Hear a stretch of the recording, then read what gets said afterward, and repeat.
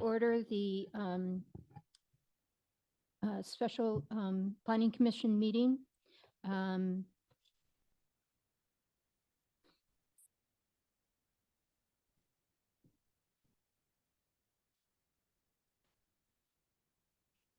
And can we have a roll call, please, Robert?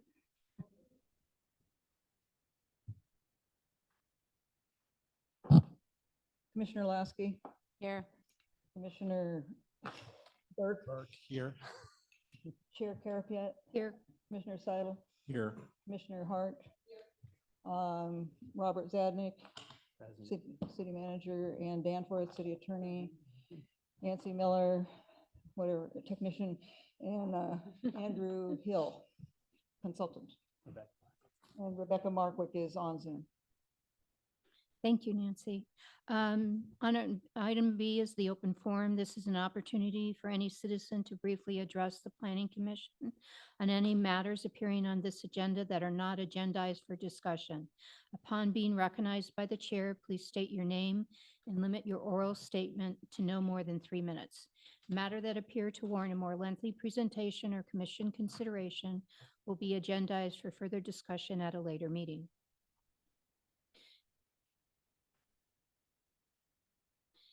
Is there anyone who wishes to speak in the open forum? Seeing none. Nancy, is there anyone on Zoom?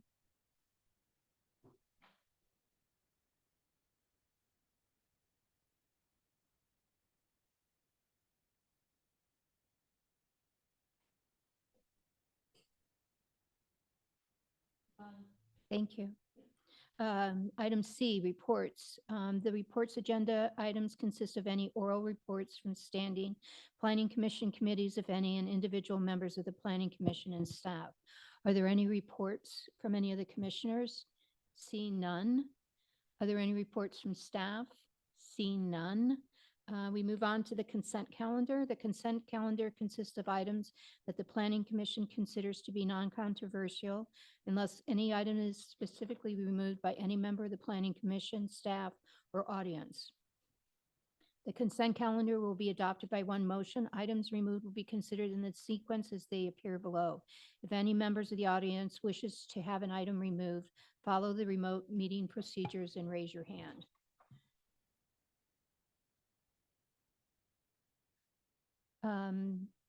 The consent item calendars is one item, the draft minutes of December 12th. Does anyone wish to remove any items from the consent calendar?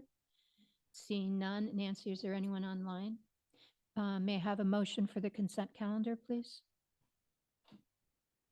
I'll make a motion to adopt the consent calendar. Second. All in favor? Aye. Aye. Thank you. Moving on to public hearings. Can we please have a staff report? Yes, good evening. Can you guys hear me okay? Yes. Great. Good evening, Chair Carapiet. I'll be brief as the most of this presentation will be done by Andrew Hill from Diet and Bhatia. The items before you tonight consist of 3 resolutions. One is a Planning Commission resolution making findings regarding the initial study mitigated neg deck for the 6th cycle housing element update for the 2023 to 2031 planning period, as well as implementing actions recommending that the City Council adopt that initial study mitigated neg deck. The second resolution before you tonight is a resolution recommending that the City Council approve the submission of the revised housing element to HCD.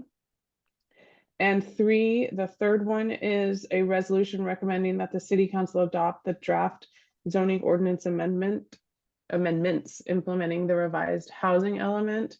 And with that, I'll turn it over to Andrew Hill. He'll go over the changes that were made specifically in the zoning ordinance amendments after that November 21st, 2023 meeting. Thank you. Thank you. Thank you very much, Rebecca, and good evening, everyone. So the housing element was adopted by the City Council in January of last year and then revised to address comments from the California Department of Housing and Community Development last fall. The revised housing element was presented to the community at an open house meeting in November, and then to the Planning Commission at a study session on November 21st. As part of the public review process, we received comments and feedback which have led to refinements to the housing element. So in my presentation tonight, I'd like to provide an overview of the key changes to the housing element that have been made since that November 21st study session, to introduce the related zoning amendments necessary for housing element implementation, and then to recap the environmental review process and the key findings of the initial study mitigated negative declaration. Because Belvedere did not have its housing element certified by May 31st of 2023, any rezoning necessary to accommodate the city's assessed share of the regional housing need must be adopted by January 31st of this year. And therefore, the objectives of the hearing tonight, as Rebecca said, will be to ideally to receive a recommendation to adopt the initial study mitigated negative declaration, to adopt the zoning amendments, and to approve submitting the revised housing element to HCD for review. Let me start with a little bit of background, just for mostly for people watching online perhaps. The housing element is one of 8 state mandated elements of the general plan. It's essentially the city's plan for addressing local housing needs. Unlike other elements of the general plan, it needs to be updated once every 8 years to plan for the coming 8-year cycle. It's also subject to a host of very specific statutory requirements, including review and certification by the California Department of Housing and Community Development. A term that you hear a lot in relation to the housing element is RHNA. It stands for the Regional Housing Need Allocation. It's essentially the number of new housing units that the city has to plan for over the coming 8-year cycle. And it's broken down into different income categories. Those income categories relate to the countywide median income. So households making less than 80% of the countywide median income are considered low income households, and households making more than 120% are considered above moderate households.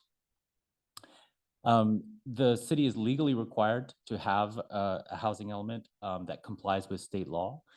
Failure to adopt such a housing element it can result in fines and penalties. It could result in court-imposed fines of up to $600,000 a month. It could result in lawsuits that lead to court-mandated compliance, possibly the loss of local control over building matters and zoning, or even the approval of court approval of housing developments with payment of plaintiff attorney fees mandated. So the consequences can be severe. As I say, the housing element has been revised in response to comments from the Planning Commission and also feedback from the community last year. So let me now walk you through some of those key changes. First of all, the November 2023 housing element included some zoning incentives to facilitate redevelopment of duplex and multifamily sites within the PUD overlay around the lagoon in order to help the city meet its RHNA requirements. Existing housing in those locations, which are shown on the maps on this slide, is aging and in need of renovation, and the property owner has expressed an interest in redevelopment. The original strategy envisioned the redevelopment of all sites within the PUD overlay, including both R2 and R3 sites. At the study session in November, the Planning Commission asked what the housing capacity would look like if the zoning incentives were offered only on R3 properties. So we ran the numbers, and in fact, the difference is about a total of 4 units.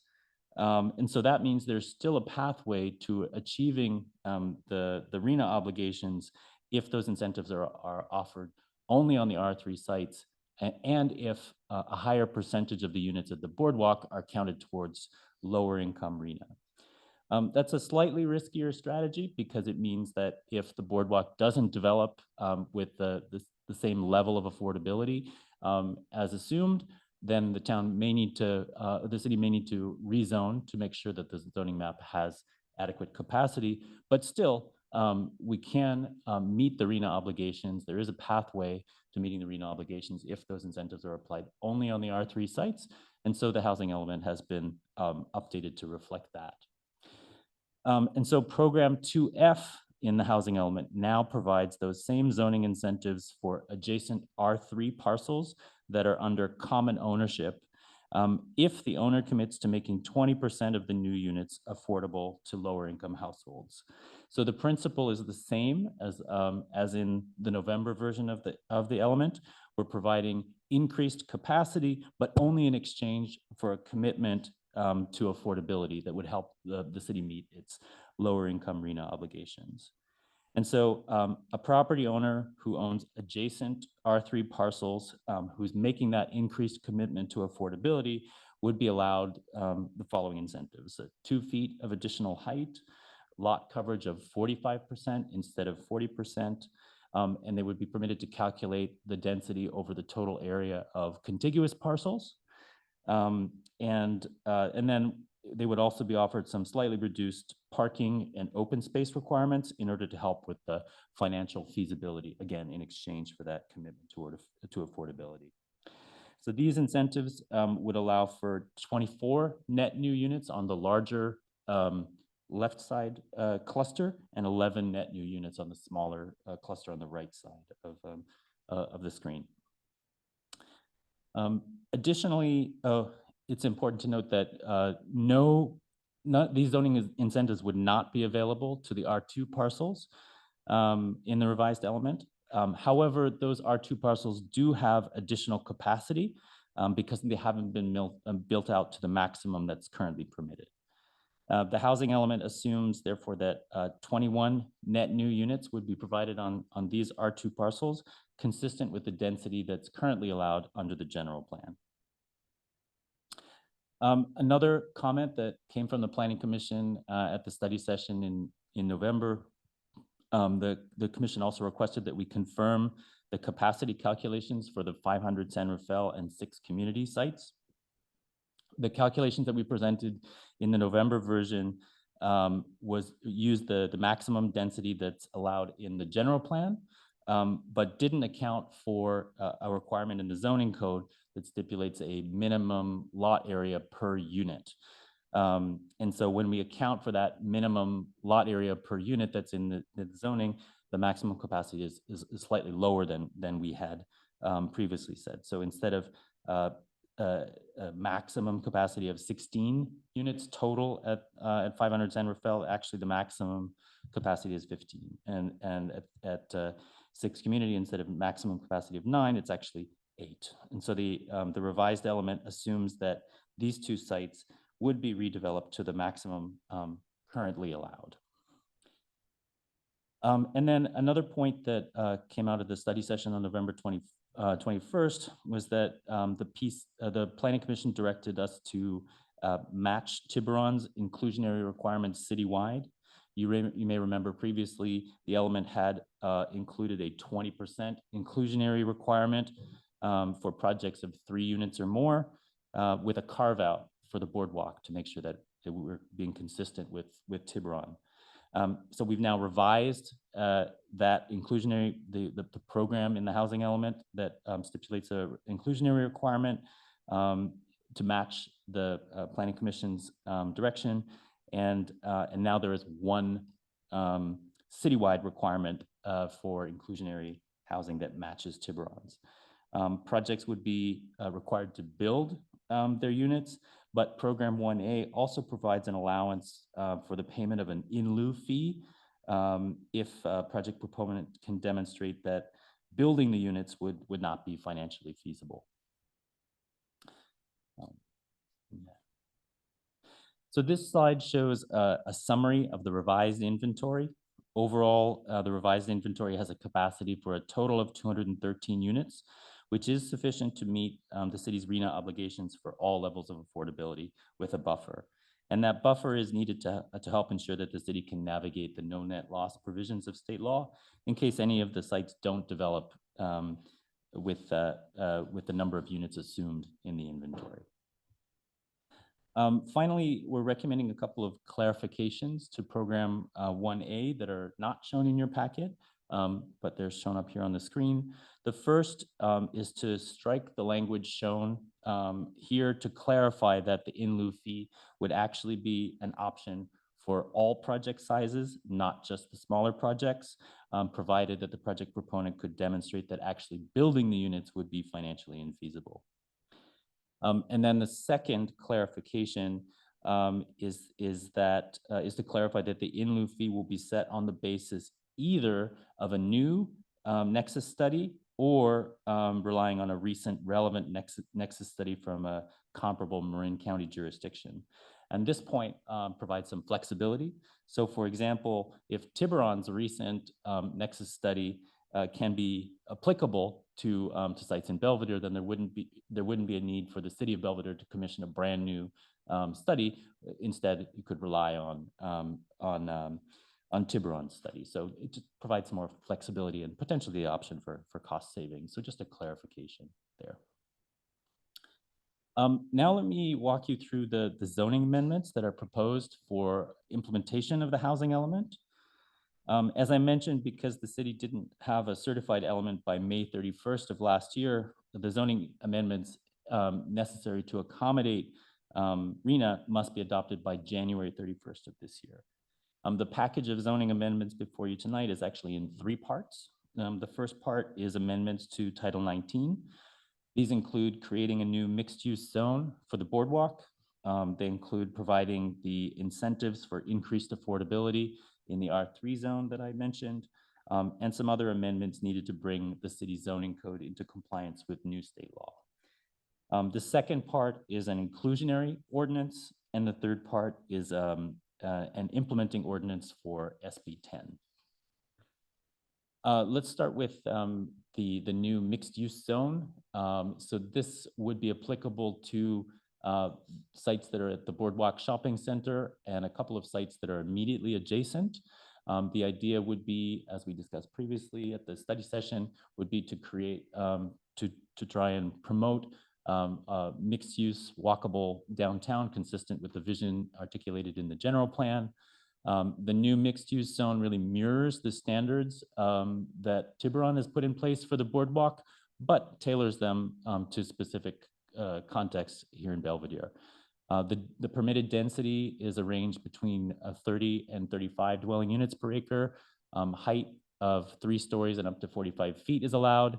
The setbacks are important though. Front setbacks are 10 feet, but there's variation in the setbacks that is context sensitive. So 20 feet when abutting another lot, 15 feet when abutting a street, or 10 feet when abutting an alley or a private way. Similarly, the interior side setback is 5 feet, but it's 10 feet if adjacent to a residential zone. The next part of the Title 19 amendments has to do with those incentives for increased affordability in the R3 zone that I discussed previously. The idea is that if there are multiple parcels which collectively are over half an acre in size and under common ownership, and that owner commits to making at least 20% of the new units affordable to lower income households in order to help the city meet its RHNA obligations, well then certain incentives would be available to them. Important to note that if one single parcel is proposed for development, these incentives are not available. They're only available for multiple adjacent parcels if the owner makes that commitment to affordability. And so the incentives are articulated here are allowing for the permitted density to be calculated over the total contiguous area of the parcels proposed for redevelopment, to reduce the public open space requirement to 150 feet if the sites are within 1,000 linear feet of an existing park. And both of the clusters of sites at the south end of the lagoon are within 1,000 feet of an existing park. There would be a reduced parking requirement. So rather than 2 parking spaces per unit, the requirement would be reduced to 1 parking space per unit plus half a space in common in the area. And then the maximum lot coverage would be increased from 40 to 45%. And the building height along Beach Road would be increased by 2 feet to a maximum of 38 feet. The next set of changes here in Title 19 has to do with correcting a mismatch between the general plan and the zoning code. Currently, the maximum density in the R2, R3C, and R3 zones that's spelled out in the general plan can't be achieved under the current zoning. And the reason for that is because the current zoning stipulates a minimum lot area per unit. And you can see on the chart here, and depending on the unit size, there's a different allocation of lot area.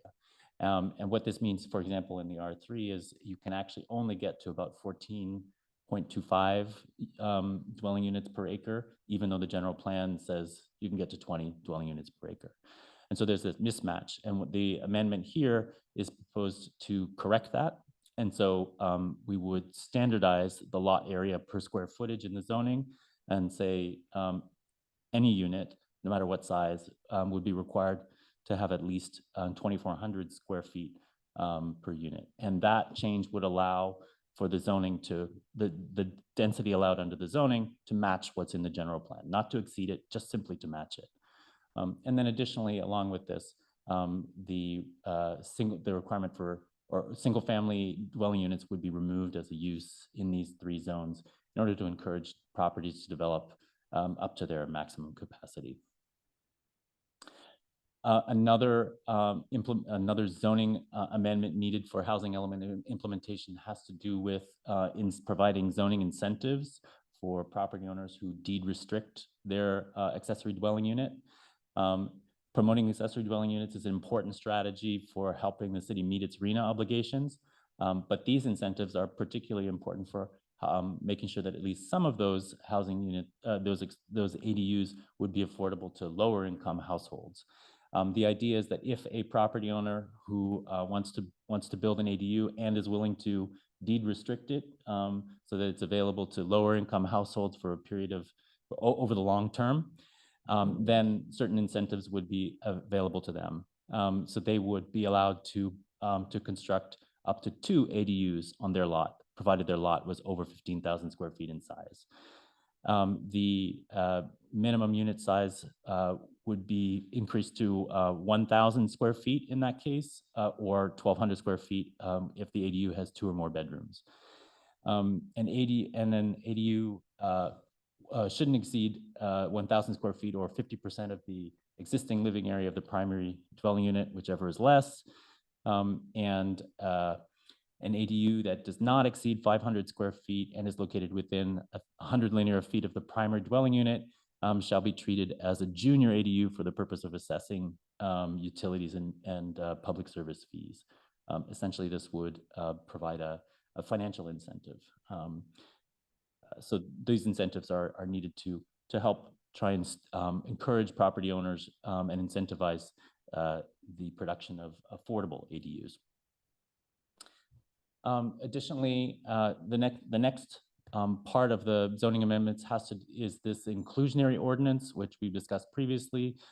The idea would be to ensure that new projects help to provide affordable housing citywide, which will help the city meet its RHNA obligations. Residential developments with 3 or more units would be required to contribute low and moderate income units with the percentage affordable depending on the size of the overall project. As I mentioned, the ordinance allows for in lieu fees to be paid if it can be demonstrated by the project proponent that actually building units would be financially infeasible. The standards that are built into this inclusionary ordinance require that the inclusionary units would have the same visual character and architectural features as the market rate units, and they would have the same amenities so that they don't stand out. And then the third piece of the zoning amendments is the SB 10 overlay. And the objectives here are twofold. First, to create capacity for lower income housing to help the city meet its arena obligations. And because the SB 10 ordinance would apply to the two church sites. And then the second objective would be to increase housing access in high resource areas like the city of Belvedere for disadvantaged populations. And this is a term that HCD calls housing mobility. And so they're looking for strategies in the housing element to promote increased housing access for disadvantaged populations.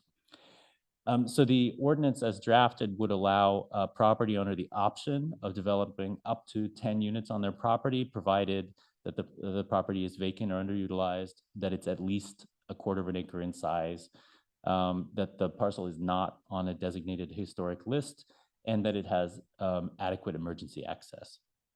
Additionally, projects of 3 or more units would be required to include 25% of the units affordable to lower income households, and 5% of the units be made available to moderate income households.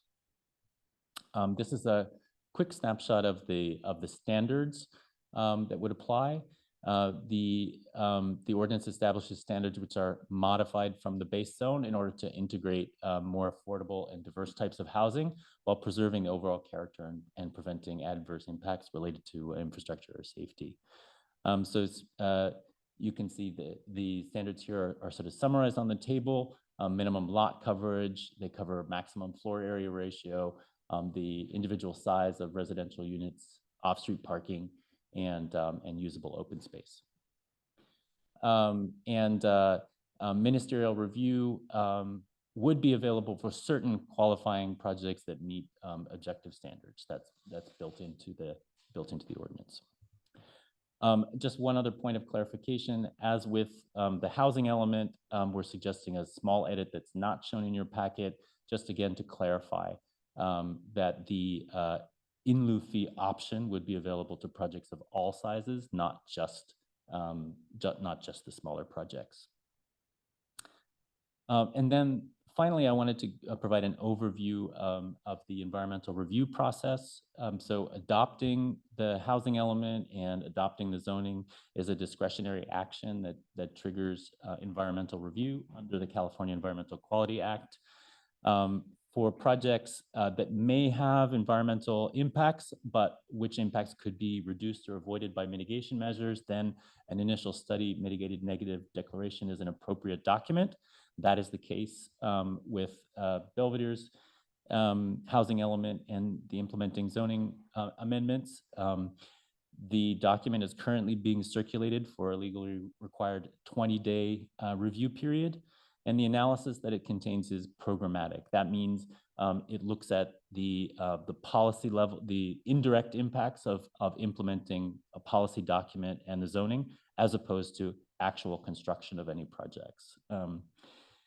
So the initial study looks at all of the resource categories required under CEQA. That includes everything from aesthetics and agriculture, air quality, to geology, hydrology, and public services, noise, transportation, and wildfire. This is a snapshot of the overall process. The draft initial study was released at the end of December, is being made available now for public comment for a period of 20 days. When that public comment period closes, we'll prepare a summary of the comments received and responses to them, and the document will be presented to the City Council for adoption before the zoning and the housing element. In summary, the initial study mitigated negative declaration found that the majority of impacts on those 16 resource categories that I mentioned would be less than significant. There are 5 resource categories where the implementation of the housing element and zoning amendments could result in a significant impact, but those impacts could be reduced with mitigation. Those topics relate to air quality, biological resources, greenhouse gas emissions, cultural resources, and tribal cultural resources. And so the initial study identifies the potential impact, and it identifies mitigation and that could reduce those impacts to a less than significant level. So for example, construction that the plan and the zoning would facilitate could result in temporary air pollution. And the mitigation measure proposed there would be to require that all projects implement dust control measures, and also that projects implement an air quality assessment for larger projects, implement an air quality impact assessment with potential project-specific mitigation measures. There are potential impacts to the San Pablo songbird and migratory birds could result from during construction activities if tree removal is required. And so there's a mitigation measure that's been incorporated to require pre-construction surveys and to identify measures to avoid impacts if the San Pablo songbird or other migratory birds may be present. Greenhouse gas emissions, the construction could result in temporary generation of GHG emissions that conflict with guidance from the air quality district. And so mitigation measures here would be to comply with best management practices. Additionally, overall build out of the plan could result in GHG emissions that exceed the targets established in the city's cap and statewide targets. And so a mitigation measure has been proposed here to update the cap to add additional measures to ensure that the targets can be met. Similarly, there's a potential for impacts to historic resources, archaeological resources, or tribal cultural resources. And so mitigation measures have been proposed here to reduce or avoid those potential impacts. So for example, buildings that are over 45 years of age that have not yet been surveyed for their historic significance, if they're proposed for redevelopment, the mitigation measure would require a study to assess the historical significance of those buildings and to implement measures to protect it if the building is found to be historically significant. For example, if in areas there is the potential for archaeological resources in Belvedere or tribal cultural resources in the event of unexpected discovery, there's mitigation measures that describe protocols to help preserve those resources if they're accidentally discovered. So that's a quick snapshot of the potentially significant impacts and the mitigation measures that are proposed in the initial study mitigated negative declaration to address them. Overall, with implementation of these mitigation measures, it was found that all of the impacts could be reduced to a less than significant level. And so looking ahead to the next steps, as I say, the 20-day comment period is ongoing. When it closes, we'll prepare that response to comments and a summary of the public comments to present it to the City Council. Along with that final ISMND, a mitigation monitoring and reporting program will be presented. And so the City Council hearing is scheduled for the 16th of January, at which the City Council would consider first the CEQA document, then the housing element, and then the zoning. The council would have a second reading of the zoning on the 22nd, and then at the end of January, assuming that the Planning Commission recommends and the City Council also approves, then the revised housing element will be resubmitted to the California Department of Housing and Community Development for their review. And so that brings us to the recommended action for tonight. And the staff is recommending that the Planning Commission recommend adoption of the initial study mitigated negative declaration, approve submittal of the revised housing element to HCD, and recommend adoption of the zoning amendments needed for housing element implementation. So that concludes my presentation, and I'm happy to answer any questions. Thank you, Andrew. You made it sound so simple in your presentation, but it was a long road to get to here. So to try and stay a little bit on track, I think that we should ask our questions by first the initial study, and then get into the housing element, and then finally the zoning. And if you do have comments of something rather insignificant like a grammatical error or misspelling or a typo or anything that just could easily be communicated, we ask that you give that to Andrew after the meeting in writing. You can email any kind of typos or anything. So with that, does anyone have any questions for Andrew regarding the initial study?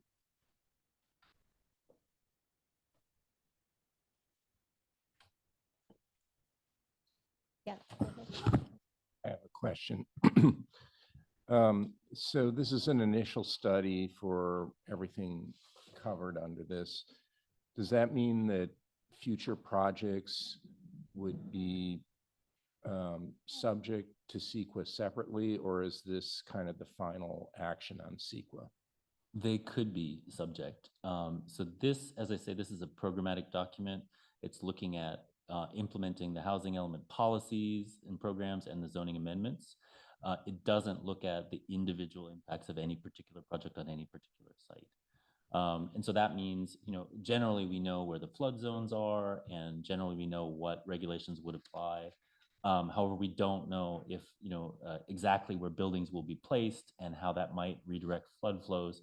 And so if a project comes along under the housing element and is proposed on a particular site, and it could result in impacts that haven't been identified and mitigated in this ISMND, then it would be required to do additional CEQA.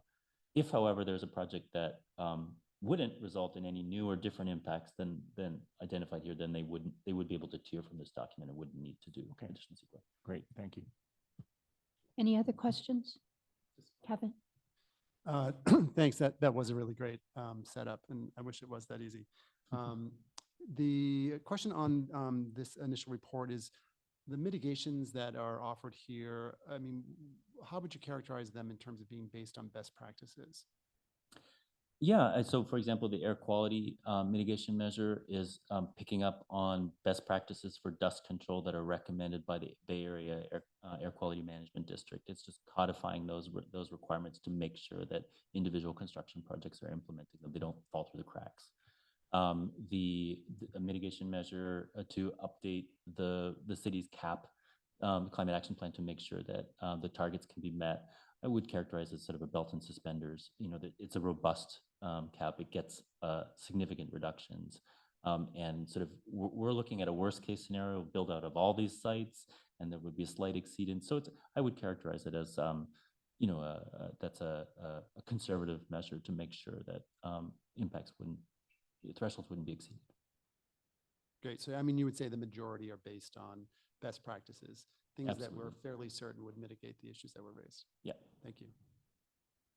And like he says, there's two kinds of CEQA, things you learn in age. There's the program CEQA, which this is going over the whole housing element. And then there's a project CEQA, which is different because it takes into consideration actually what they're proposing. So anyone else? Perfect. So let's move on to the housing element. Did anyone have any comments or questions for chapter 1? I probably should have caught this before, but if you go to figure 3.1, and which is Belvedere constraints, and then figure 3.2a, it's not a page number. So let me see if I can help What you. chapter are you in? Is this chapter 1? Yeah, chapter 1. I believe it's at right after 3.3. What's noted on the figure 3.1 in terms of vacant land versus what's So noted. that's chapter 3. It's 3. Oh, it's 3.1. Yeah. You Oh, gotta I'm wait. sorry. Yep, we'll be there in a moment. Anyone for chapter 1? Anyone for chapter 2? I have a question in chapter 3. Okay. Kevin, chapter 3. What I said. Okay, 3 what? It's right after 3-3, and it's figure 3-1 versus figure 3-2A. It's just what's indicated in terms of vacant land is different on the two charts, and I wasn't sure why. Okay.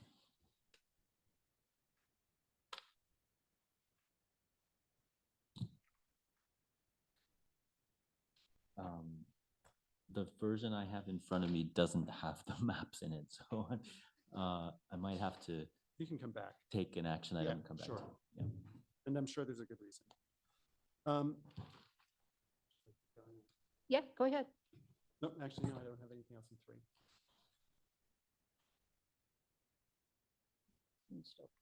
3.1, I think I finally found it. 3.1.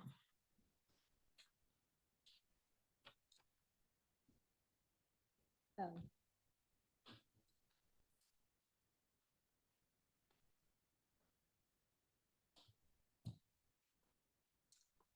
Um,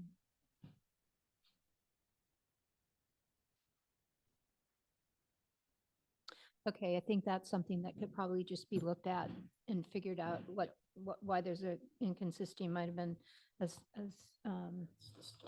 different thought process on a constraint versus the inventory. Okay, so anyone else for chapter 3? Moving on to chapter 4. Kevin? Just curious about the in lieu payments. Can you talk a little bit about that in terms of, again, is that a best practice? Has that been proven to be effective? Does it offer an off-ramp for developers to avoid producing low-income housing? Oh, that's interesting. I think it's very context sensitive, but the principle is that often smaller projects are really financially challenged. If you're only building 3 or 4 units, and you have to make one of those units subsidized, it can be a really big financial challenge.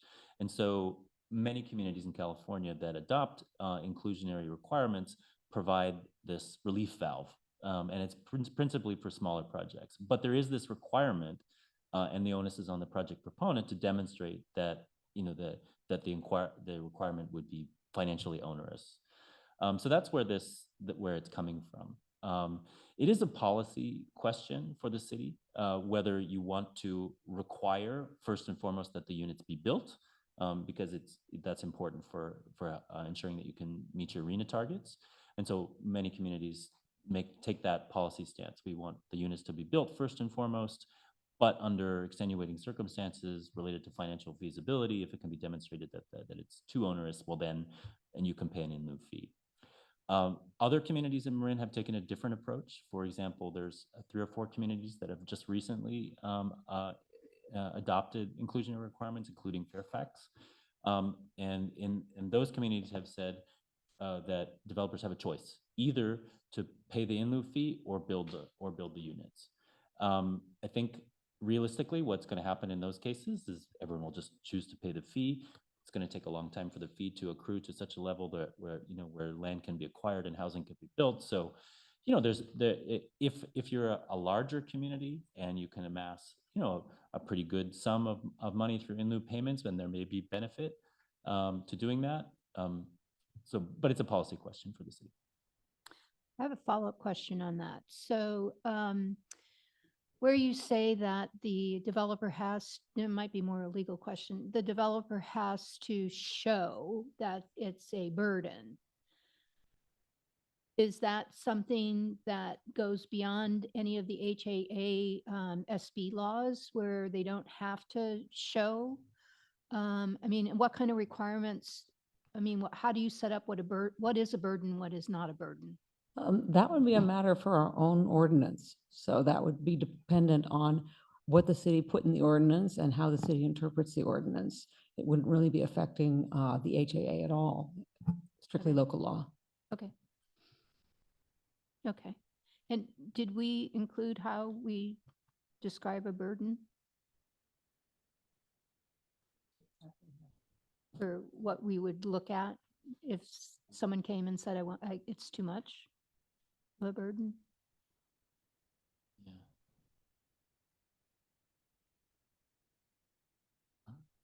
We have not made that definition yet, as far as I can recall. Andrew and Anne, what are your thoughts?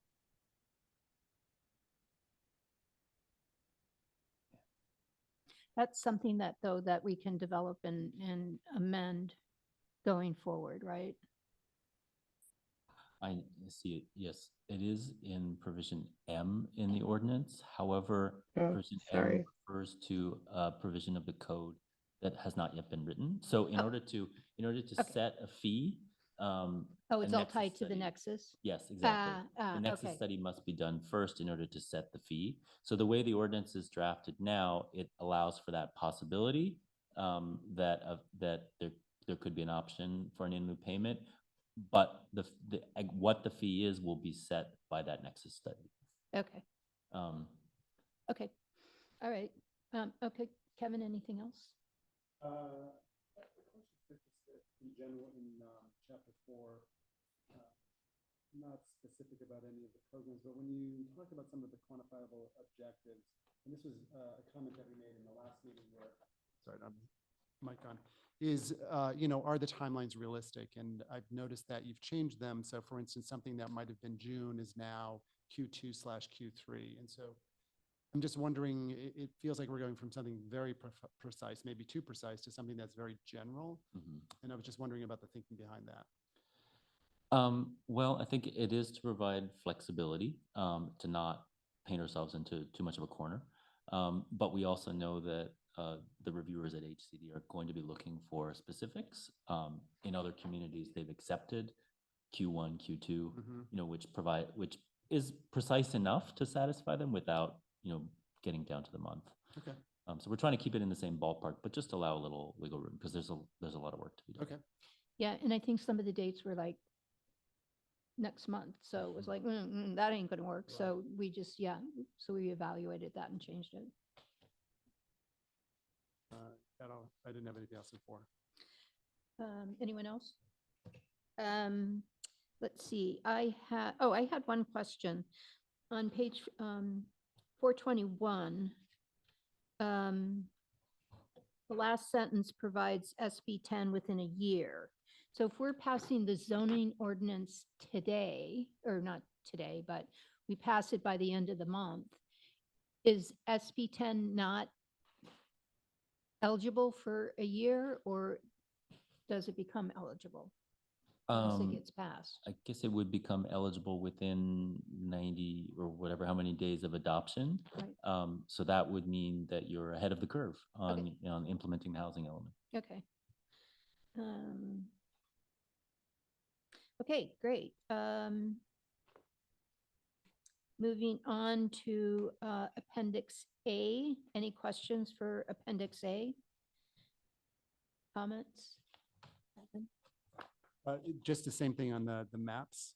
We just should take a look at Mhm. reconciling A-1A and A-1B. It's the same vacant land question.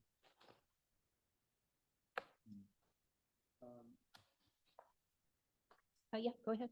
Also had a question on A-1, A-10.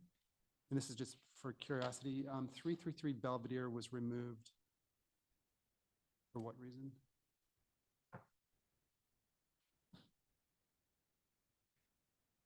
I know the answer, Andrew, if you don't remember. Good. It was removed because it's a high resource site. A high tribal resource site. Oh. Hmm. That makes sense. I might have one other.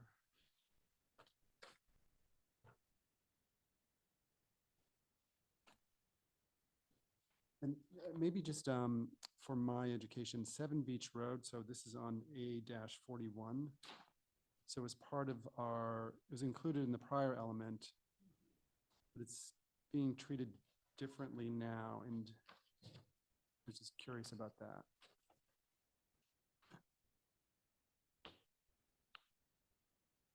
If you know the answer, I'll. So 7 Beach was on our last housing element, and it was upgraded to what they called high density. So instead of being the 5 to 20 in the R3, it was R3 HD high density, and it went up to, can't remember, it was 30 or 35 units per net acre. And that parcel is close to the MU zone. And so that parcel and the nursery school made sense that they could have more flexibility in their development by having a mixed use, being so close to the commercial. Got it. Thank you.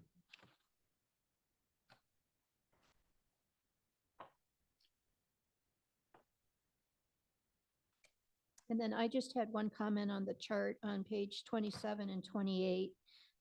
15 Cove Place is designated as a R3 HD, and it's not, it's just an R3. So the HD has to go away. Did you have anything else, Kevin? Oh, and then on page A35, for the R15, you have the density 1 to 6 units, and R15 density is 1 to 3. And on page A38, it's listing the, I forget what the title, it's a little chart, and it has 3 things on it, and you say that the condos are on Bayview, and the condos are actually on Laurel.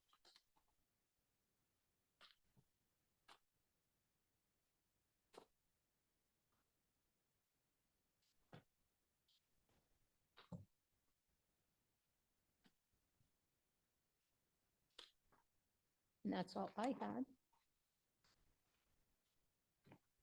So.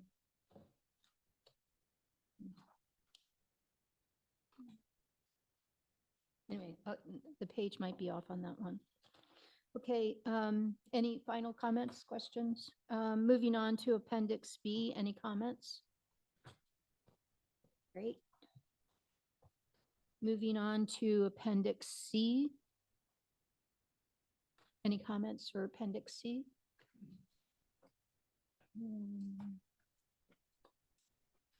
Oh, I had a question. I'm just a little confused on table C3 on page. See, there's 6.5 or 6 or C5 or C5. The C says existing permitted residential use types by zoning district. And if it's existing, why is the single family crossed out in the R2, R3, and R3C zone since it's permitted? Unless this chart is supposed to be our new. No, that, it shouldn't be crossed out. Okay. It should be, yeah. Should be what, it should be reflecting what is currently in the code. Okay. That's all I had for C. Moving on, any comments for D, E, or F? Sure. Yes. Sure. The reminder, page D-76. Just curious, this is table D14, and we crossed out motivate property owners to develop up to their property's potential capacity. I was just curious as to why. Well, I'm sorry, what page was that? 40? It's D-76. 76. It's the table on fair housing issues, contributing factors and priorities.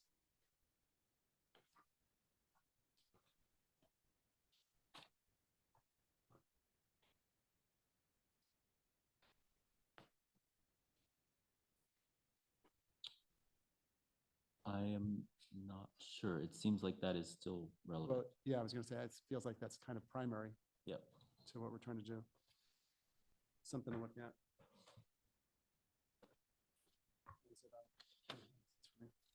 Oh, okay. That's it. Not bad. And then moving on to Exhibit A. This is for the zoning changes. Any comments on Exhibit A? Oh, Marcia.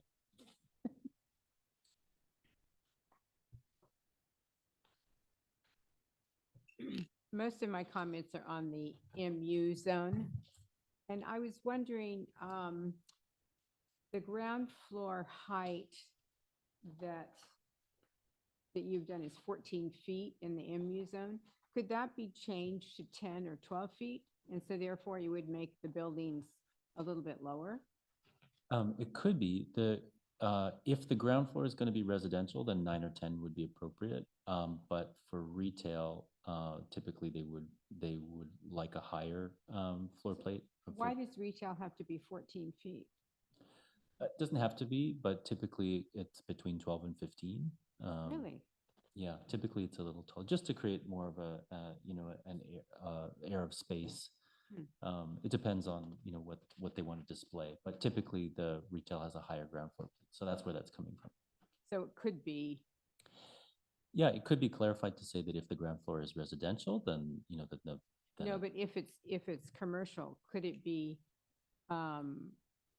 not as tall as that? It would therefore make the buildings, and I know you were trying to match those buildings with Tiburon, but even if it wasn't matched, it might be an interesting roof line to Mhm. have it smaller. And I'm just wondering if that's possible. It seemed it would be able to keep the building a little bit shorter. Right. Yeah, I think it's stipulating a maximum. It doesn't mean that every, Okay. Commercial use would have to go to that maximum. But it says minimum. Does it? So that's Um, on do you know 20. what Let page me that's just on? see.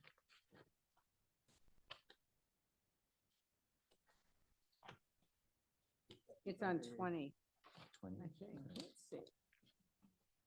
It's 18. Yeah, it says minimum ground floor ceiling 14 feet, 9 for residential.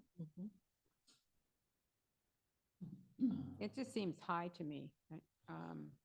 Yeah. Especially as a minimum. Mm-hmm.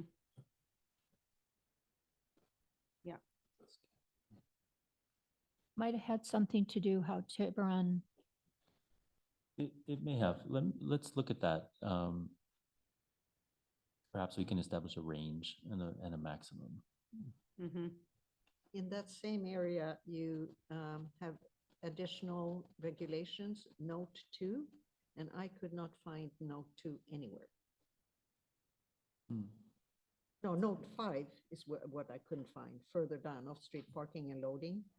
And it says see note 5, and there is no note 5.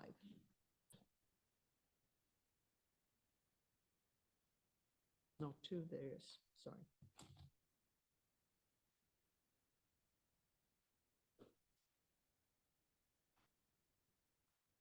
I mean, since you're on the same chart, they're also under minimum landscape coverage. The additional regulations, I wasn't sure what that was referencing. C triple X. Mm-hmm. Is that, I'm sorry, page, is that? It's the same page, A18. Okay. Oh, okay. It's the first third way down. I think it was supposed to note something and it didn't. Hmm. Is it noting that we're supposed to have a landscape list that we can assign folks to create an approved list? Maybe that's what they were trying to reference, Yes, something. but I know it's in here, but I don't know exactly where it is. Yes. So, 1940.070. Yeah, select it. So it's 1940.070A. Yeah, to create a approved planting list for people to select from.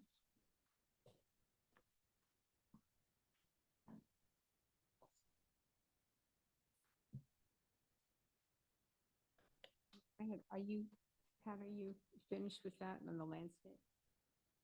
Yeah, is there anything else in Appendix A or Exhibit A?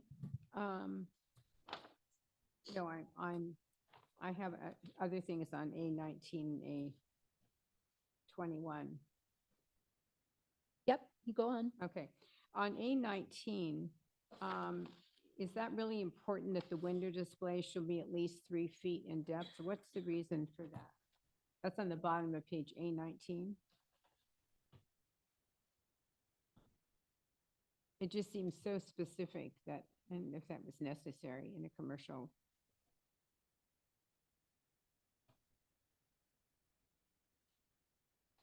I'm not sure whether it's referencing something that's in the Tiburon ordinance for consistency that maybe. I think that's what it, I think it is. yes, Rebecca, we forgot about you.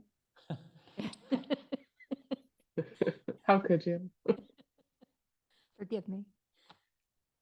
Is that why, Rebecca? Yeah, I think we intended to match Tiburon's ordinances as best we could, I, just for consistency with development. I understand, but I think some of these aren't really important to match. I mean, they're kind of interior. I don't know. And my other question was on A21. It just seems so specific on windows, wood trim windows shall be framed by wood. Is that necessary? They could be, the windows could be metal. Vinyl clad. Unbelievable. It's number 7 under E7 on page A21.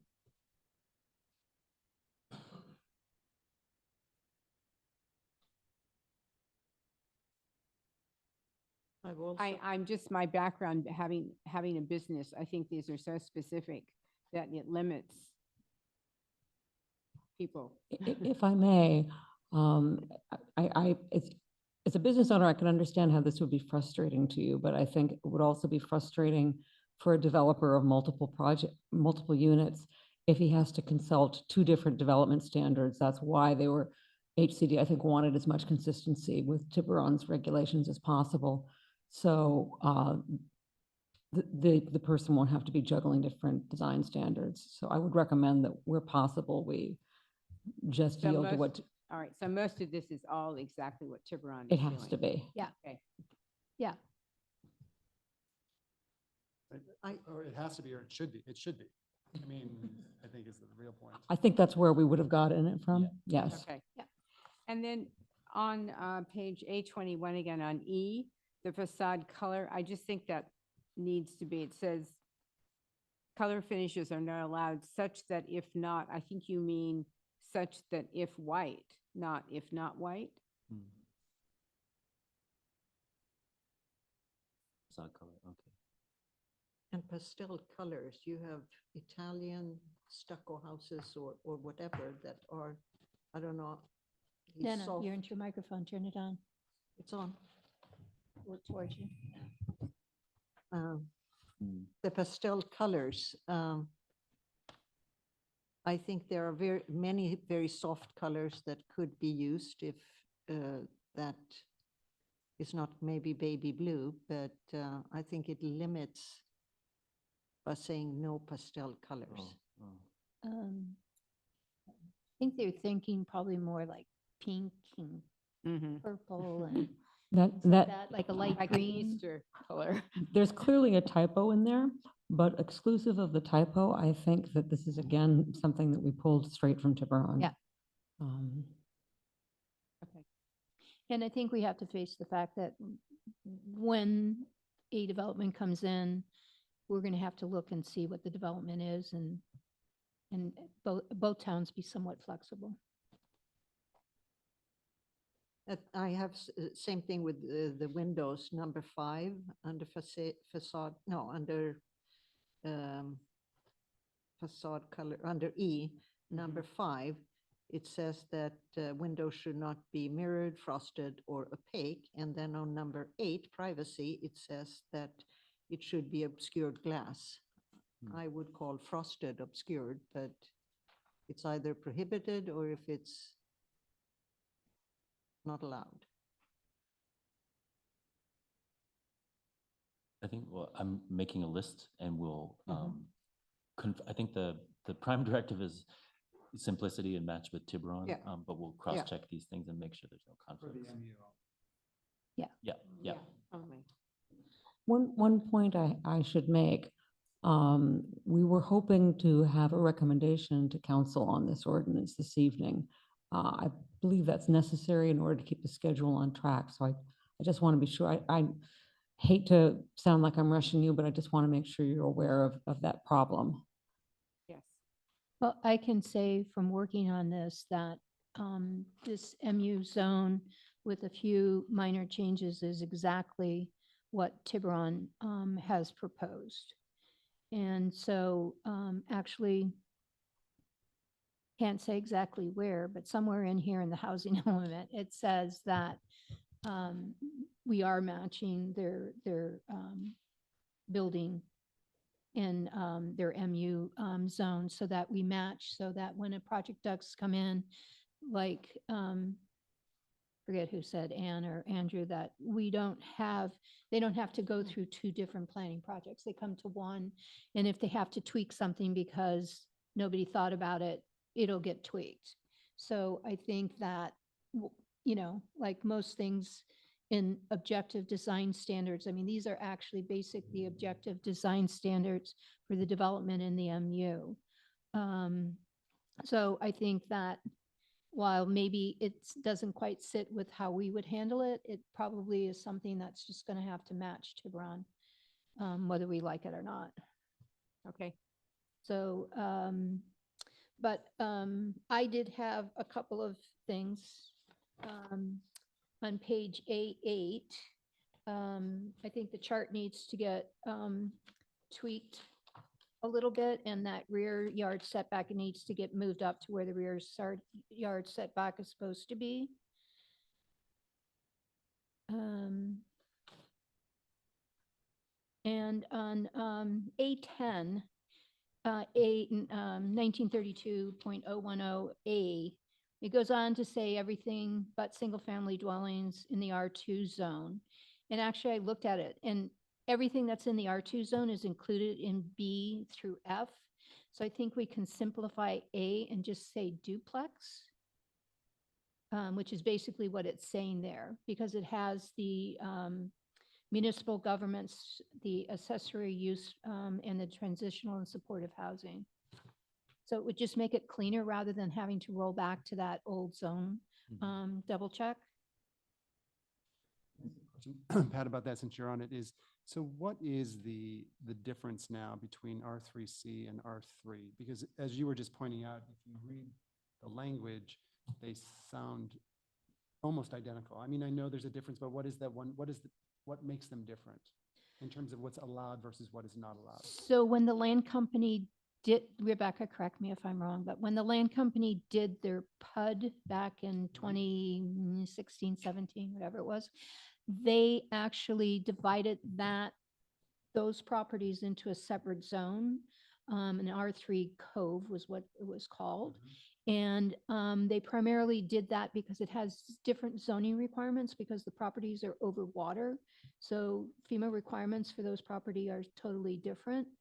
And it gets into, well, for the land company, it was other insurance and things like that was affected because those buildings are handled differently than ones that are on ground.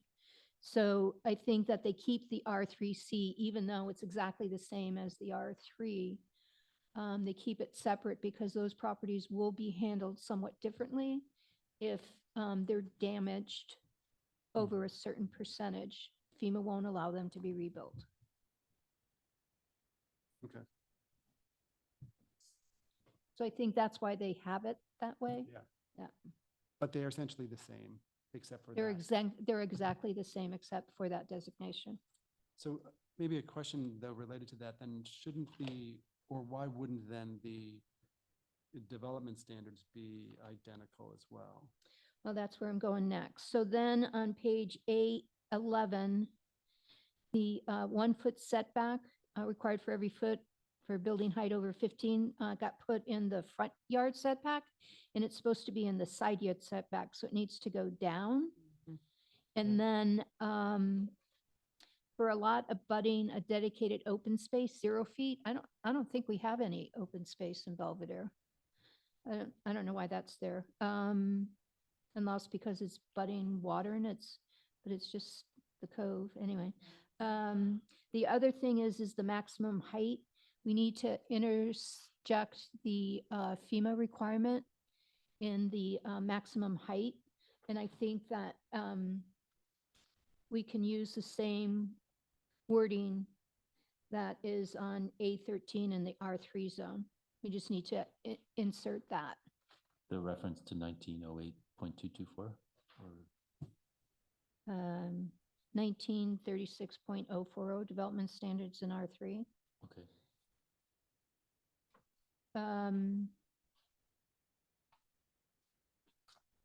And then for consistency's sake, on the rear yard setback, none of the R3 currently face any water, so I don't know if it's an issue, but if we were going to be consistent throughout, I would think that the abutting water would be separated out and go to the 20 feet. And then down in off-street parking, I think we should remove the block that says 2 spaces minimum per detached single-family dwelling, since we don't allow those anymore.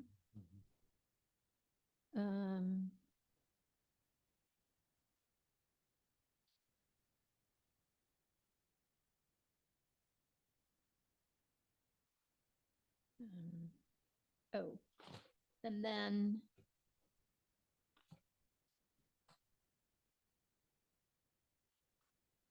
on A19, oh, this won't be, never mind.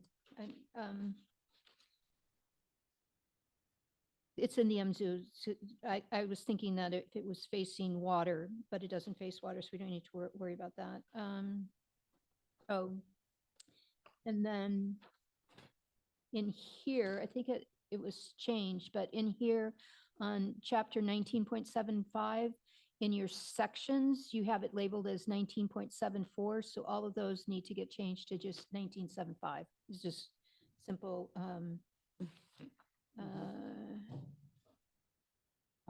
And then, okay. Oh, I just had one question on 1979, page A27. Accessory dwelling unit standards for compliance and approval. The lot must, number C on 050, the lot must contain an existing family dwelling. Why would we not do the same for someone who's building a new house? And on a vacant lot where there's not a house that, Actually, I think the current language says existing or proposed. yeah, That's the standard language, so that's yeah, an error. yeah.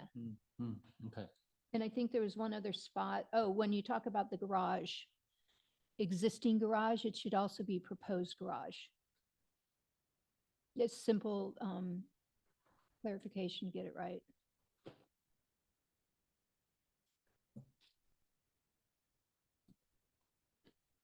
That's all I had that for that exhibit. Anyone else final call? Okay. Yeah. move- Going back to the chart, so I'm still not clear. Did we decide that the development standards should be identical for R3 and R3C? And if not, why? I think the only difference has to do with heights. I was just doing a quick comparison, and the height written in the chart for R3C is lower than for R3, and I think that has to do with the flood requirements. Well, that we never changed the FEMA requirement in the R3 zones because we never had to deal with it. And so when they did the FEMA, I wasn't here, so that's probably why it didn't get done, but it's a joke. So they just never changed the height limit in the R3 and R3C zone. So it just needs to get interjected. So Yeah. it should be the same then. So the R3 should be the same as the, as R3C. It'll make it easier to manage if they can be identical.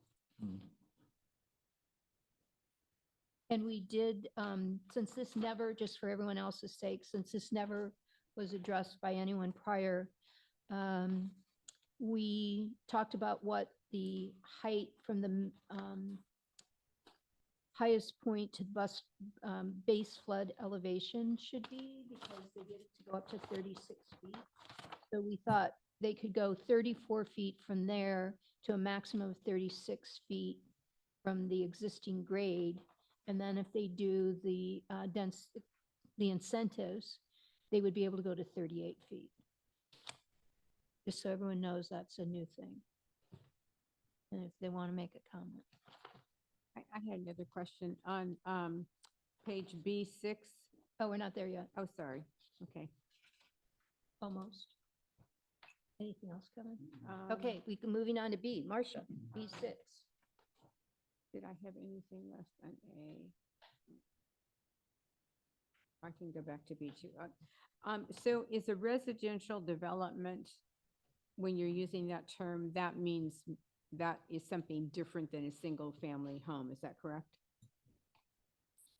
Because the residential development subject to this chapter shall be approved or deemed approved without approval of an inclusionary housing. So does that mean it doesn't include a single-family home? I Or it think includes it applies for projects involving 3 or more. 3 or more? So if there was a lot large enough to accommodate 3 single-family homes, then the inclusionary would apply. So it's anything 3 or more dwellings? Yes. Okay.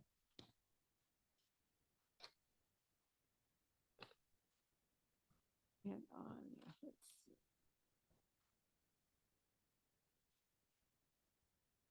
So I just wanted to understand this. So the city then I'm sorry, on B2, I'm going back just a page, couple of pages.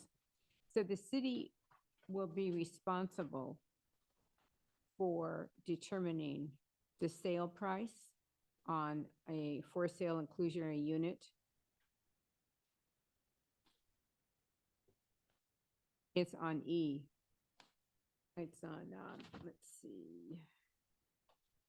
1995-020 E, it's on page B2.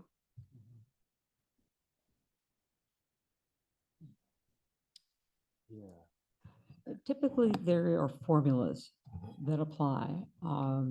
I can't tell you what they are off the top of my head, but they exist out there. We could be a little more specific, I suppose, administratively, Right. And specifying the formula. there is 1995-090 has requirements for sale inclusionary units.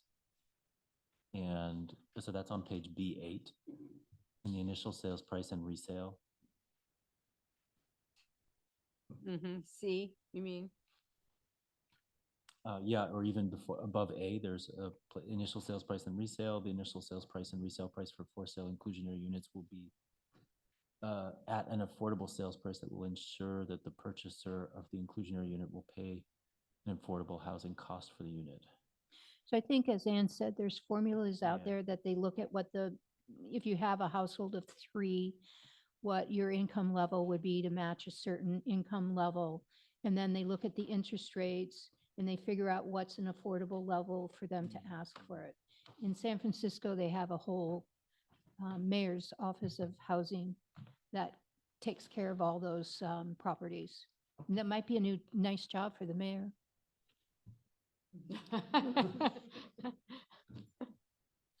So that'll get set up after.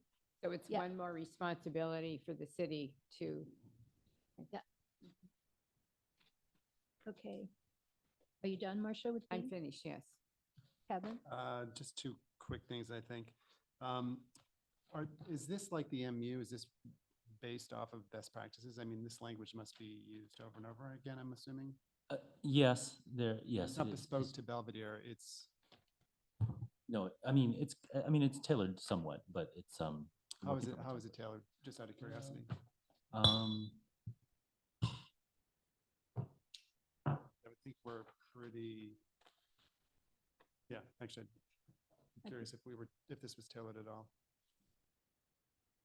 It's not a bad thing, I'm just Uh-huh. curious. I think it's working from a template. It's probably like boilerplate, which might be why offsite development of affordable units, which is on B5, I was just curious about that. I mean, is that even realistic, just given how constrained we are, that a developer would have the opportunity to build offsite units? I mean, or is it just in there because that's sort of, again, a best practice and Yes. But the site would have to be in Belvedere, right? It would, yeah, so that your So the it would universe be- of sites is constrained. So I guess, I mean, If- there's no if- harm having it in there. I'm just curious. yeah, and I thought it was kind of odd because it's like, where are we gonna go? Could build a new island. Uh, But I guess if you looked at it, like if the land company wanted to do one development with all kinds of market rate things, they could go to one of their other properties and say, oh, no, we're going to do this kind of development and it'd include all those low income. So that, I think, would be the only Mm. opportunity for a large landowner here to do that. So. Is that it? Anyone else? I just had a few. So on page B2, number J, it talks about the inclusionary and that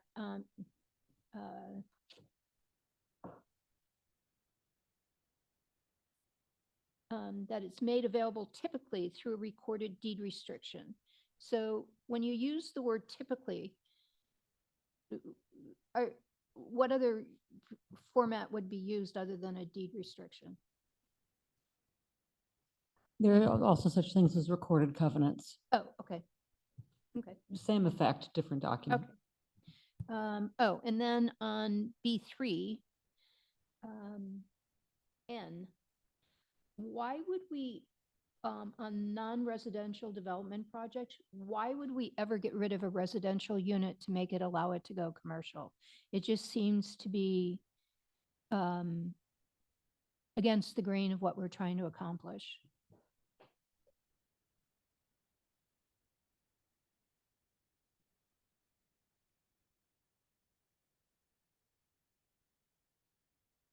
I think this is just a definition. I'm not, where's this, I guess my question is, where's this definition referenced? So it's under definitions. But is it used anywhere? Yeah. Yeah, is it used anywhere? I it's mean, used why? 4 times, but where's the 4th?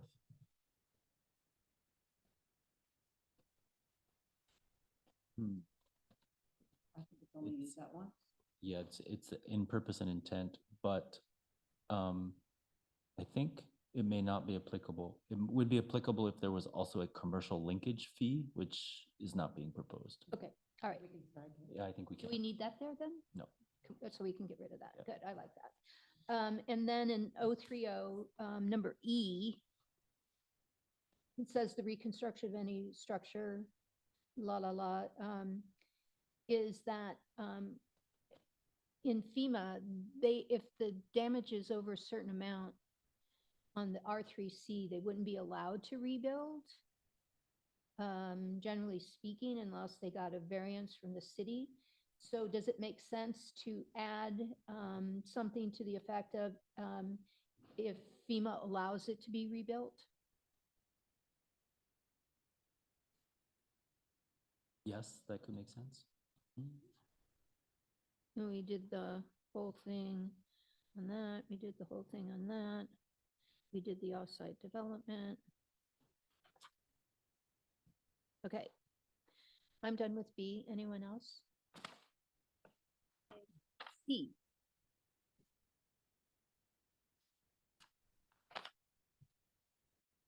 Nothing?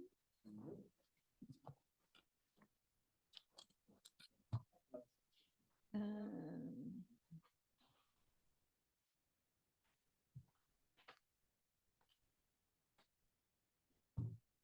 Anyone else for C? I just had a few questions on C. On C1,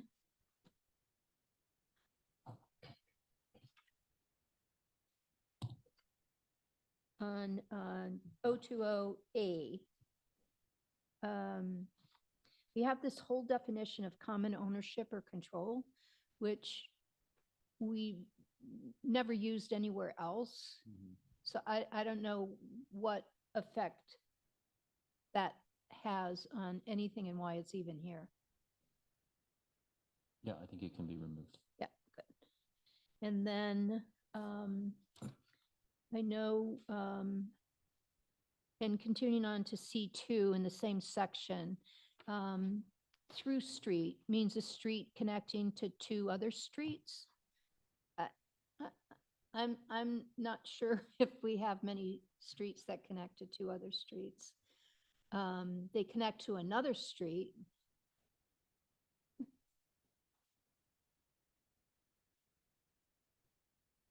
So I think that definition just needs a little tweak, Mhm, mhm. other than to, I understood it to be a road that connects to another through road is how it was described. Yeah. I think it's supposed to indicate it doesn't dead end. Mhm. Oh, and then probably put in, yeah, that it's not, we've added that in other spots, but it's not here, probably added that a non-dead end or cul-de-sac street. And then on C2, also on the same page in 040,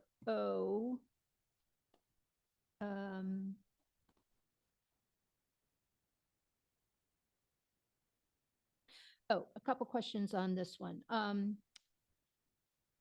So this has to do with SB 10. And I know that we have SB 10 and R3, and we have SB 10 considered in the R15 zone. So in the R15 zone, I know single-family homes are allowed, but in the R3, Mm. single families are not allowed.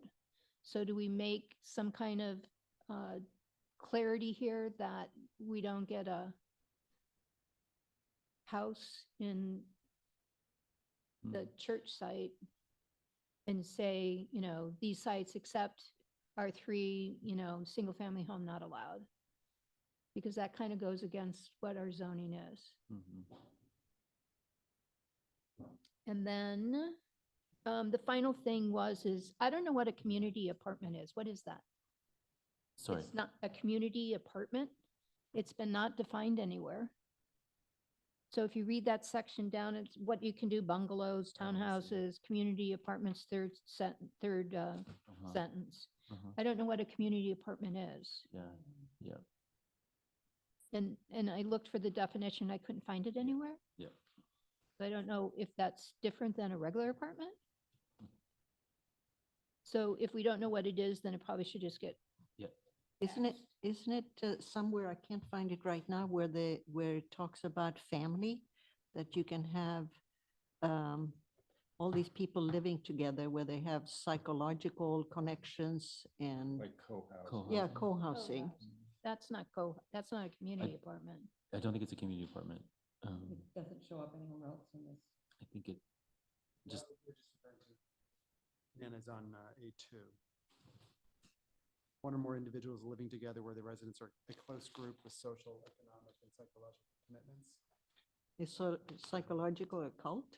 Commitment. No, but I mean, that has nothing to do with specific housing. It's about, I think the word community can probably be removed from, Okay. from Okay, 040. all right, just be clear here.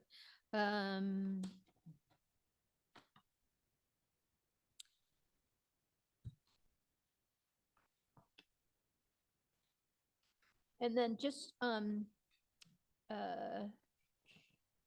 point of discussion that we did increase on 030, we did increase the maximum floor area and the lot coverage. And I wanted to make sure that everybody was okay with those increases, just as a point of clarity. And then on C3, E, all required affordable units shall be made available for occupancy prior to or concurrently with the market rate units. Oh, never mind. I misread it. Sorry. I'm done. Anyone else final call? Okay, thank you all for, I know it was a big lift over the holiday. So with that, I'd like to open the public meeting. Is there anyone here that would like to speak?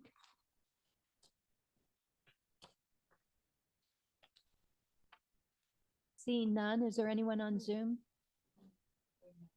I'm starting up here. Hang on, I have 3 right now. Okay. How do I do this? In order?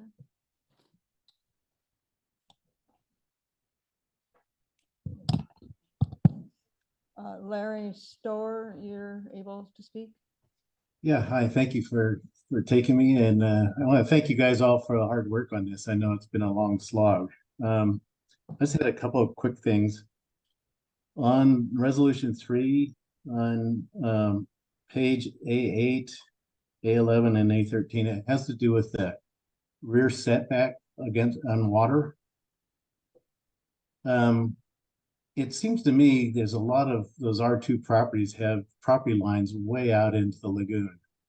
And to not put in a reference that that measurement that you're talking about, 20 feet, we used to have language that said from a high water line or summer high water level. And I think to make it clear what that setback should be, I think you need to add that comment in there somewhere on those sections. And on resolution 1 on page 17, I have to go quick because I know there's not a lot of time.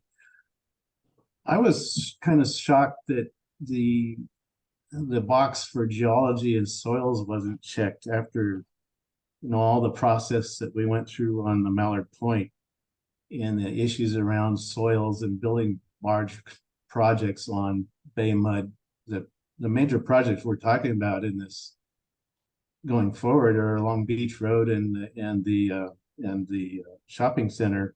Those are all on bay mud.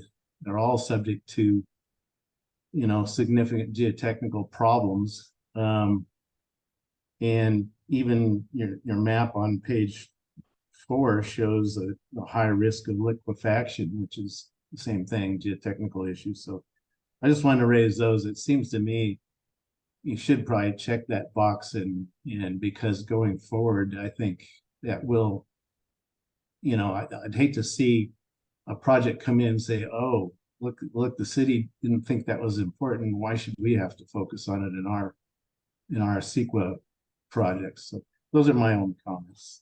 Thank you. Thank you.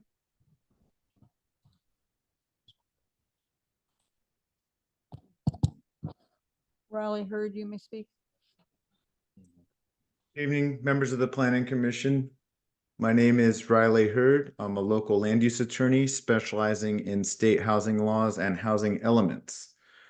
As you're well aware, and the reason we're here this evening, the city does not have a certified housing element at this time. It can't self-certify, and so this is to try to get the state to certify this document. Because there isn't a currently certified housing element, the builder's remedy applies in Belvedere. And I've spent a long time reviewing this, and I just want to let you know that this won't get it done. This is not going to get it across the finish line with the state.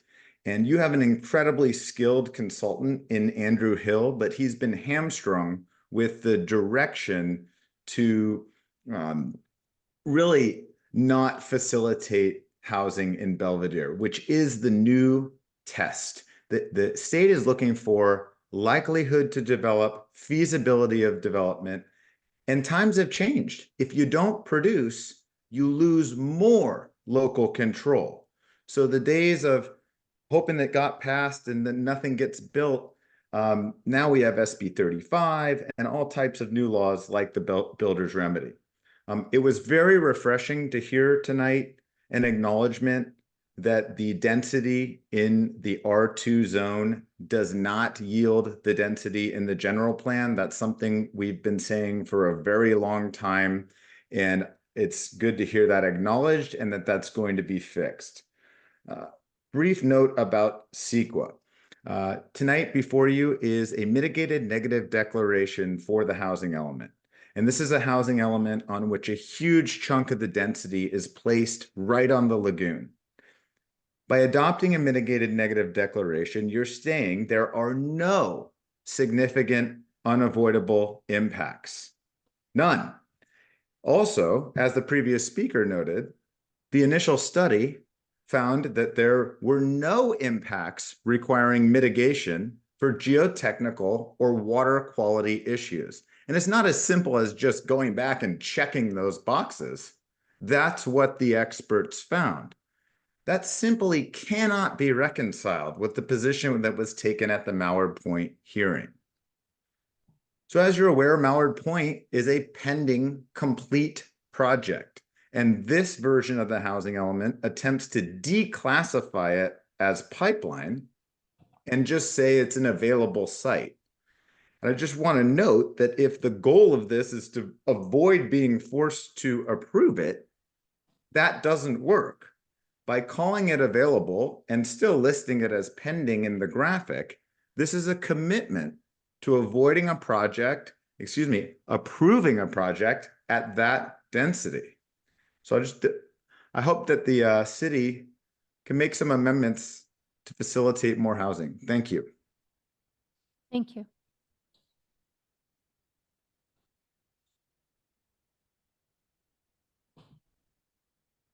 Jim Allen, you may speak. Yeah, thanks. I agree with quite a bit of what Riley just said. This isn't really designed to get a whole lot more housing. And one of the pieces that I think brings that into focus is 2,400 square feet of lot per unit. Is that what this is saying? And if it is, you know, I don't think you could squeeze more than 2 units onto most of those duplex lots if they're restricted at 2,400 feet. There's a few of them that are larger than 6,000, but 6,000 feet. So you could maybe get 3, but very few of those are larger than 6,000 feet. And then in the site inventory, there are some initials here that I don't understand the meaning of. And so take the pipeline. We got existing units as one of the last columns, and then LI, MI, and AMI. What's the definition there? That's low income and above medium income. Okay. It has to do with the very low, you know, that. Okay. And so redevelopment sites, 500 San Rafael Avenue is the first one there. So we have 8 existing units. And in order to get further additional units with that 7 at the end, many of those additional units would have to be below market rate. Is that correct? I think how we look at it is that you would come in with a development. So I don't know exactly how you would approach it, but let's say you were going to tear down the 8 units you have there and you wanted to build 15 units. Mm-hmm. So, and of that 15 units, 15% would have to be affordable. So 3 units would have to be affordable out of the 15. Okay. And every one of the 15 units needs to have 2,400 feet of lot space? No, it doesn't need to. That is a calculation. You can have, correct me if I'm wrong, Andrew, you can have less. Less what? Lot size? It's the way the density is being controlled, so. Okay, it's just the density. So we don't control the unit sizes at all. Right. No, I'm not asking. Yeah, I'm asking about lot size per unit. I don't think there is 15 times 2,400 feet on that site. The site is usable. It's been evaluated by the consultant, they look at what your lot size is, the developable net lot acreage, and they calculated those were the units that would fit. That doesn't quite answer my question. The 2,400 feet per living unit. Yeah. It's a minimum lot size per unit. That number gets us to the general plan densities that are allowed. We haven't analyzed it per lot.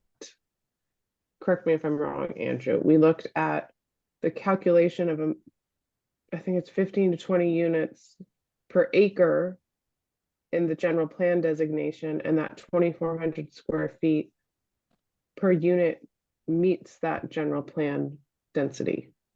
Yeah, that's correct. We didn't look at every single lot, but we chose some, representative different lot sizes and did the calculation to confirm that the densities that stipulated in the general plan can be achieved with that requirement of lot area per unit.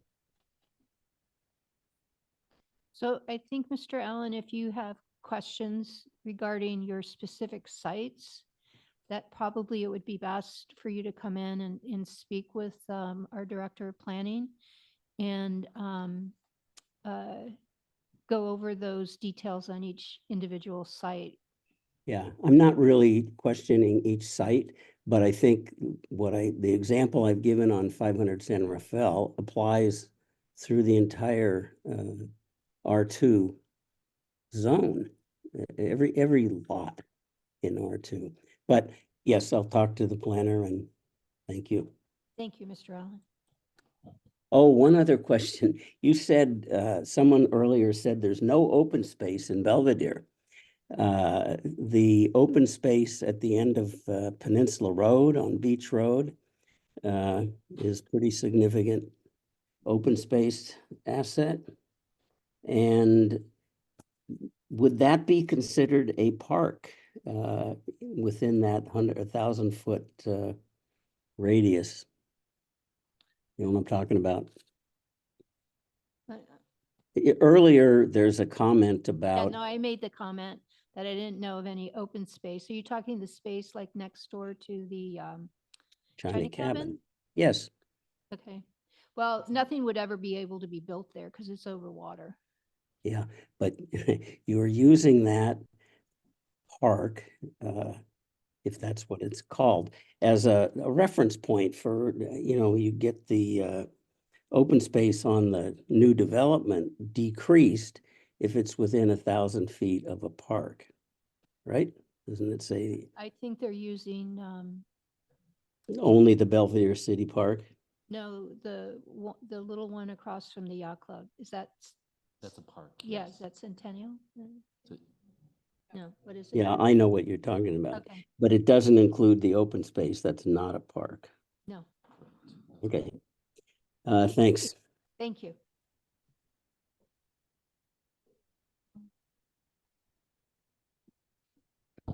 Bruce Dorfman. Good evening, Planning Commissioners. In your November 21st hearing, I identified 6 items that were either lacking or needing clarification in the revised housing element. In reviewing the latest revision, I noticed that some of them still remain, and I'd like to point out a few. There continues to be a conflict between the draft housing element and the R2 zoning. Even with the modifications that you're talking about to allow 20 units per acre for a site, that only works if the site is rectilinear and accommodates the minimum lot sizes that you're referring to. Otherwise, you still can't lay them out. And I still think it's incumbent upon the city to prove beyond the math that you can get to 20 units per acre in an R2 zone. Taking it a step further, the city wants to highlight that apartments are not allowed in the R2 district and only duplexes are allowed relative to housing typology. The odds guidelines that you referenced in the housing element specifically state that fourplexes are allowed.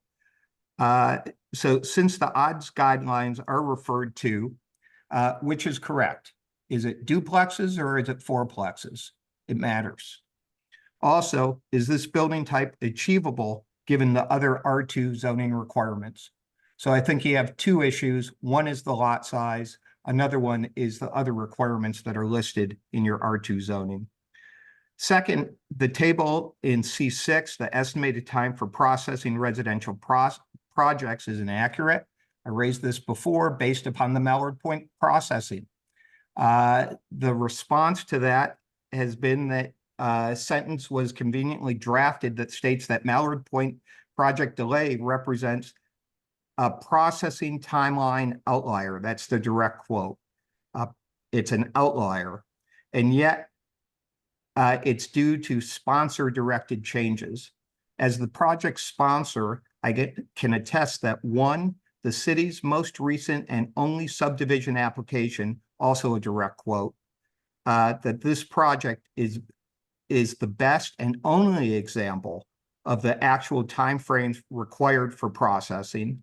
And two, since our application was deemed complete in June of 2022, over 18 months ago, processing and approval of the project continue to face obstruction at every turn. Third, the fees and exactions are incomplete. This section totally omits any analysis of the connection and meter installation costs for water and sanitary services. The prior draft housing element update that was in January of 2023 included these costs, although I believe they were incorrect. These could be major barriers to development and should be analyzed, described, and addressed. You've already discussed, or previous speakers spoke about the CEQA and the issue there. Finally, I just want to talk about barriers to new development. The revised housing element goes to great lengths to describe issues related to the Mallard Point project, including the lagoon and the property surrounding it are an environmentally sensitive area with specific development standards and requirements in place to ensure the safety and stability of the area and to maintain water quality. And also that the project is proposing to displace existing residential units that are occupied by lower income households are subject to a housing replacement program. It continues beyond that. But nevertheless, these issues are not raised for any other site, including the adjacent lagoon sites that are being considered for new housing. They are certainly displacing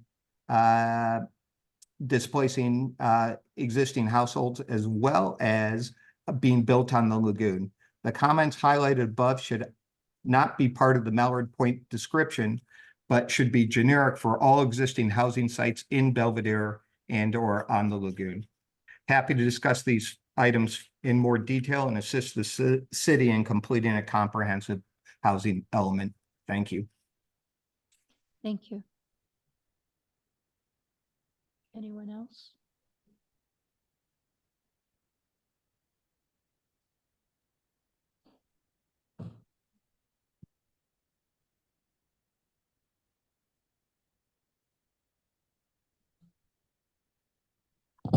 Sorry, I have Jill G.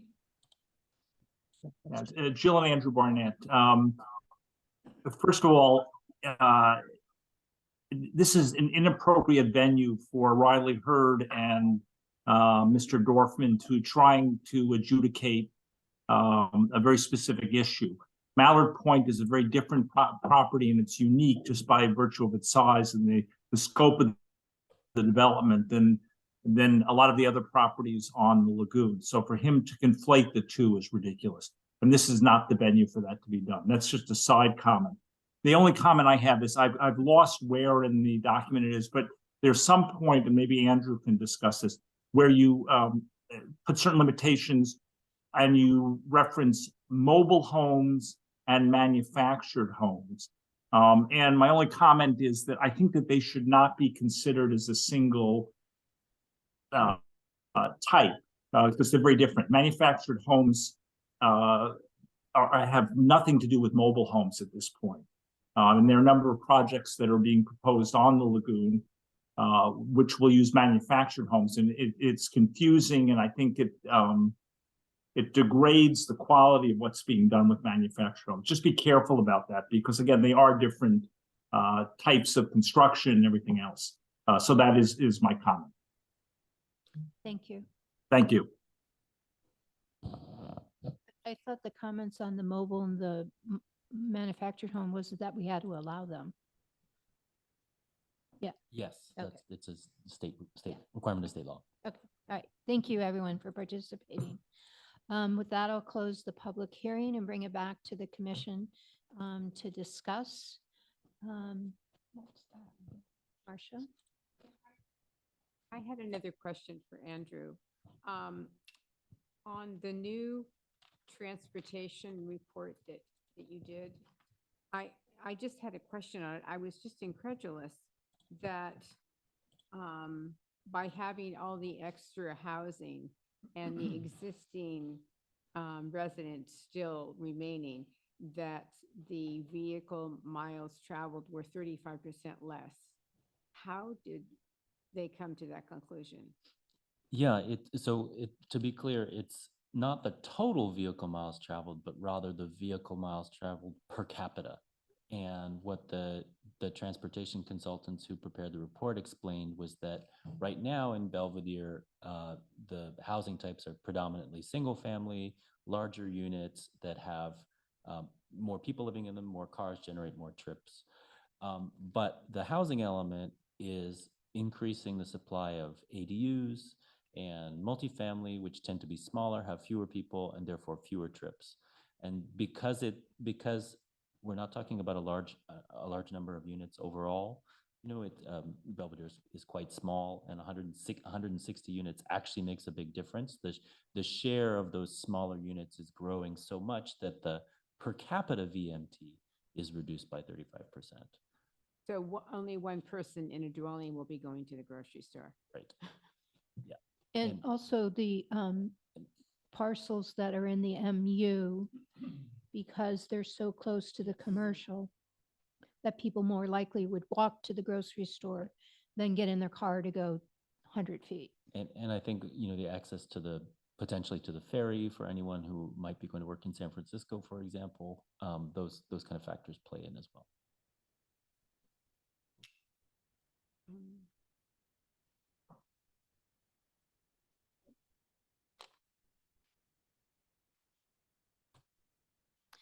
Okay, I'll start off. So the initial study, I am able to make the motion for the initial study negative declaration. I think it was a thorough report. So I can make that motion. I can make the motion for the housing element.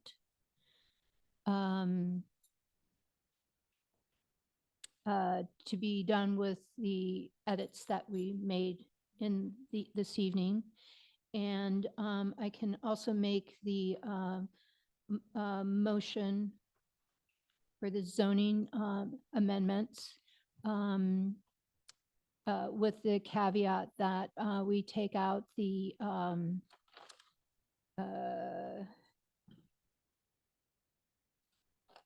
table 6 and figure 8 from the odd section. Or no, from this SP 10 section, sorry. So I think that we've made great progress in this. I'd like to just answer back to a few of the comments that on the initial study to Mr. Storr, that this initial study was a program for the entire housing element and doesn't relate to any individual project.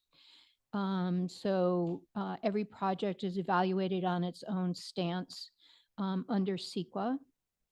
And as far as the definition for the rear setback, we do have that handled quite extensively in our administrative policy.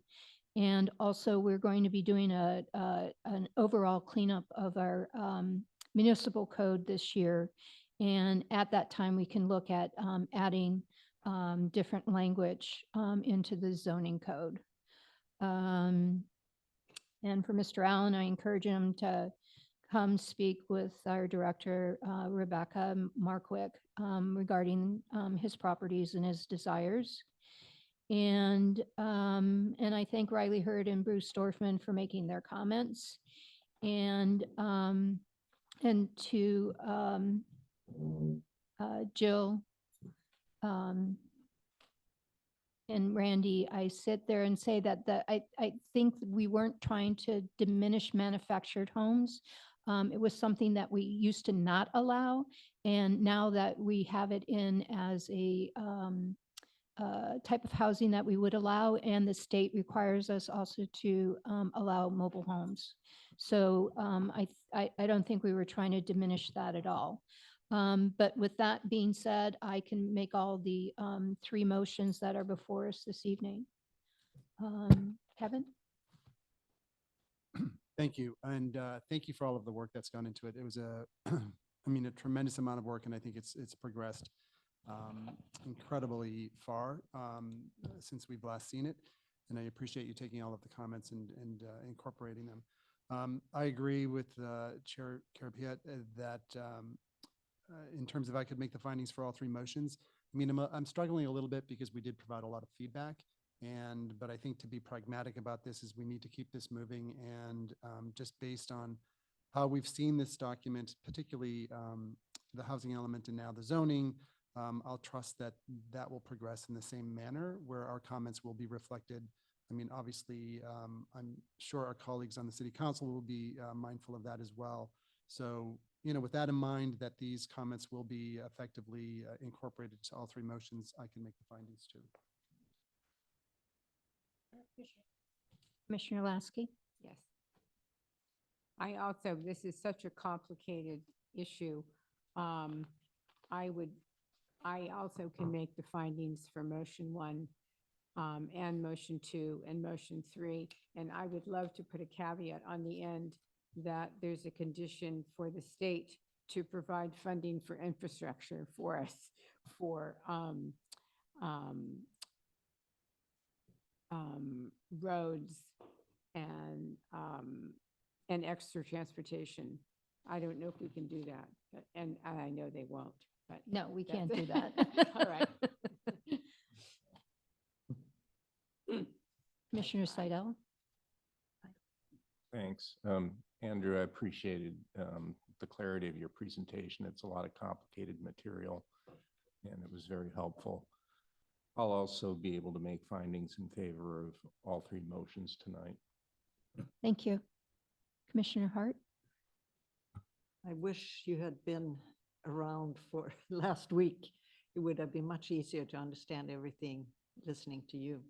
But with all the comments that the commissioners have had up here on the dais, I can also make the findings and applaud our chair and the other workhorses that she has been seeing nearly daily. I thank them because without them, we wouldn't be here now. So with that, I can make the findings for the three motions. Okay, so can I have a motion for item number 1? Yes. I move to accept the motion number 1, Planning Commission Resolution 2024-001, recommending that the City Council adopt a mitigated negative declaration and mitigated monitoring plan prepared pursuant to the California Environmental Quality Act for the revised 6th cycle housing element update and implementing actions. Second. All in favor? Aye. Aye. I move to accept motion 2, Planning Commission Resolution 2024-002, recommending that City Council approve the 6th cycle housing element 2023 to 2031 for submittal to the California Department of Housing and Community Development. With the noted changes. All right, with the noted changes. Thank you. Second. All in favor? Aye. Aye. I move to accept motion 3, Planning Commission Resolution 2024-003, recommending that the city council adopt the draft zoning amendments implementing the revised sixth cycle housing element update With noted amendments. with noted amendments. Second. All in favor? Aye. Aye. Congratulations to you all too. of us. Yes. And I wanted to also thank Pat Carpia, our who's done so much work on this, and she knows it by heart. And thank you for all your work. Well, it's not just me, it's a whole team of people, including our consultants and Rebecca, who have worked tirelessly on this to get it right. So thank you all for participating. And I close the Planning Commission special meeting. Thank you. Thank But you.